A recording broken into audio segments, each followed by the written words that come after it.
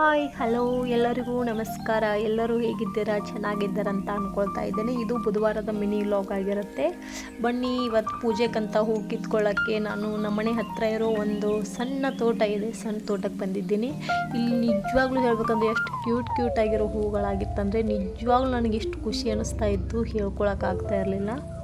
But ನನ್ನ ಜೊತೆ ನನ್ನ ಮಗ ಕೂಡ ಬಂದಿದ್ದ. ಇಲ್ಲಿ ನೋಡ್ತಾ ಇರ್ಬೋದು, ಇದು ಗೌರಿ ಹೂ ಅಂತ. ಇದು ಆಲ್ಮೋಸ್ಟ್ ಮಳೆ ಸೀಸನಲ್ಲೇ ಜಾಸ್ತಿ ಆಗುತ್ತೆ. ಇಷ್ಟು ಕ್ಯೂಟಾಗಿ ಹೂಗಳ ತೋಟಕ್ಕೆ ಹೋದ್ರೇ ಒಂಥರ ಖುಷಿ ಅನ್ನಿಸ್ತಾ ಇತ್ತು.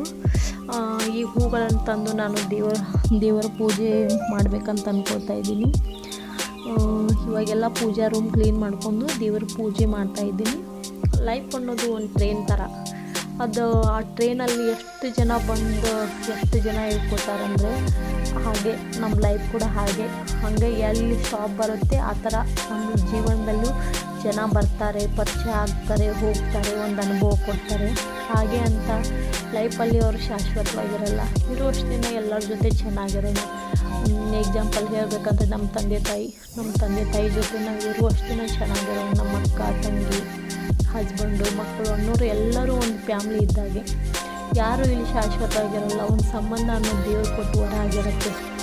ಎಲ್ಲರೂ ಮುಂದಿನ ಜನ್ಮದಲ್ಲಿ ಇರ್ತಾರೋ ಎಲ್ಲೋ ನಮ್ಗೆ ಗೊತ್ತಿಲ್ಲ. ಇರೋಷ್ಟು ದಿನ ಚೆನ್ನಾಗಿರೋಣ ಅಂತ ಹೇಳ್ತಾ ಇದ್ದೀನಿ.